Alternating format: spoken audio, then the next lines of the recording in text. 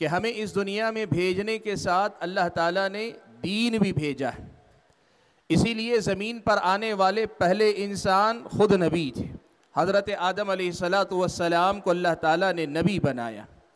ہدایت پہلے دن سے اللہ تعالیٰ نے آسمان سے اتاری، اور اس دین پر چلنے کا فائدہ اللہ نے یہ بتایا اس آیت میں کہ فَلَا يَضِلُّ وَلَا يَشْقَى، کہ اس دنیا میں رہنے کا جو سیدھا راستہ ہے اگر آپ اس دین پہ اپنا لیں گے تو آپ سیدھے راستے پر ہیں.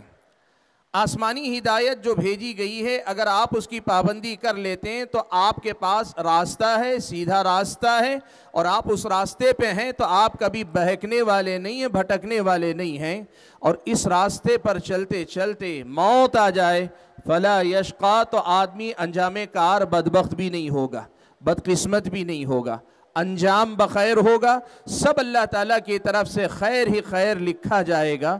اللہ تعالیٰ نے اس آیت میں جو بات بیان کی ہے وہ سیدھی سیدھی یہ ہے کہ دین انسان کے اپنے مفاد اور منفعت کی بات ہے.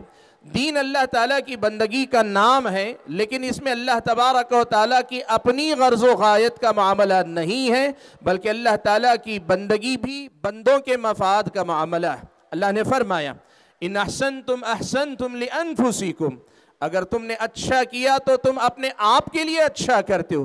وَإِنْ أَسَأْتُمْ فَلَهَا، اور اگر تم برا بھی کرو گے تو اس کا بوجھ یا اس کا اپنا وبال بھی تمہاری ہی طرف لوٹ کر آنے والا ہے. قرآن مجید کی اس آیت میں اللہ تبارک و تعالیٰ نے ہدایت کا یہ فائدہ بتایا کہ اس ہدایت پر یا اس دین پر چلنے والا دنیا میں بہکے گا نہیں، بھٹکے گا نہیں، اور بدبخت بھی نہیں ہوگا. یہی بات قرآن مجید کی ایک دوسری آیت میں اللہ تعالیٰ نے بیان فرمائی. اللہ تبارک و تعالیٰ نے فرمایا فَمَن تَبِعَ هُدَايَ فَلَا خَوْفٌ عَلَيْهِمْ وَلَا هُمْ يَحْزَنُونَ، جو میری بھیجی گئی ہدایت کی پیروی کرے گا ان پر نہ تو خوف ہوگا اور نہ ہی ایسے لوگ غم زدہ ہوں گے، غم کرنے کی نوبت آئے گی. مفسرین کرام نے لکھا ہے اللہ نے دو باتوں کی ضمانت دی، لیکن یہ دو باتیں نہیں ہیں. ان دو باتوں میں بڑی گہری بات اللہ تعالیٰ نے ہمارے سامنے رکھی ہے. آدمی جب کسی زندگی کے اختتام پہ پہنچے، کسی مقام پہ پہنچے، تو آدمی کو دو ہی چیزیں ستا سکتی ہیں، بے چین کر سکتی ہیں، پریشان کر سکتی ہیں. ایک تو یہ کہ وہ جب ماضی کو پلٹ کر دیکھے، اسے اپنی محرومیوں کا احساس ہو تو آدمی غمزدہ ہو جائے کہ ہائے مجھے یہ نہ مل سکا، ہائے میں وہ نہ کر سکا، ہائے میں یہ نہ پا سکا، ہائے میری زندگی میں یہ نہ آ سکا. آدمی ماضی کو پلٹ کر دیکھے تو غمزدہ ہو سکتا ہے، اور اگر مستقبل کو دیکھے تو آدمی خوف زدہ ہو سکتا ہے. پتہ نہیں میرا کیا ہوگا، کل کیا ہوگا، میرا کیا ہوگا، میری اولاد کا کیا ہوگا، میری اپنی دنیا کا کیا ہوگا، میری اپنی آخرت کا کیا ہوگا. اللہ تبارک و تعالیٰ نے قرآن مجید کی اس دوسری آیت میں یوں سمجھیے دین کی پیروی کرنے کا سیدھا فائدہ یہ بتایا کہ جب کبھی میرا اور آپ کا یہ سفر، زندگی کا یہ سفر جب اپنی منزل کو پہنچے گا، جب ہم اور آپ یہ دنیا چھوڑ کر جائیں گے، اللہ کے فضل و کرم سے ہمارا حال یہ ہوگا کہ نہ تو ہمیں اپنے ماضی پہ غم کرنے کی ضرورت ہوگی، اس لیے کہ اللہ تعالیٰ آئندہ اتنا نوازنے والا ہے، اس قدر زیادہ نوازنے والا ہے کہ اس نوازش کے بعد آدمی کو پھر ماضی کی کسی محرومی کا احساس نہیں رہ جائے گا.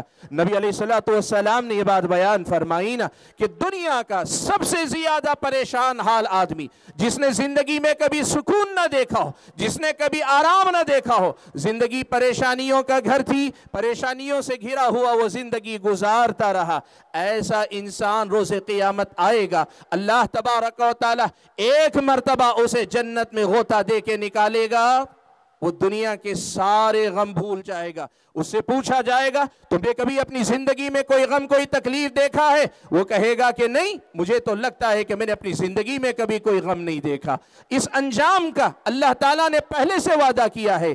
دیندارانہ زندگی گزارو گی، دین کے دائرے میں اپنے آپ کو باندھے رکھو گے، اللہ تعالیٰ کی بندگی سے اپنے آپ کو جوڑے رکھو گے، اللہ تعالیٰ کی بندگی کے رنگ میں اپنے آپ کو رنگے رکھو گے، اپنے آپ کو اللہ کا بندہ، نبی کا سچا امتی، اپنے ایمان میں، اپنے عقیدے میں، اپنی عبادات میں، اپنے اخلاق میں، اپنے معاملات میں، اپنے کردار میں، یوں سمجھو کہ زندگی کے آتے جاتے سانس میں اگر اللہ تعالیٰ کی بندگی کا خیال رکھو گے، سب سے پہلی بات بات یہ ہوگی کہ دنیا سے بعد میں جاؤ گے، لیکن جانے سے پہلے پہلے فرشتے آسمان سے یہ خوشخبری لے کر آئیں گے، اللہ خوف علیہم ولا ہم یحزنون تتنزل علیہم الملائکہ، فرشتے اتر کر آئیں گے، یہ خوشخبریاں سنائیں گے۔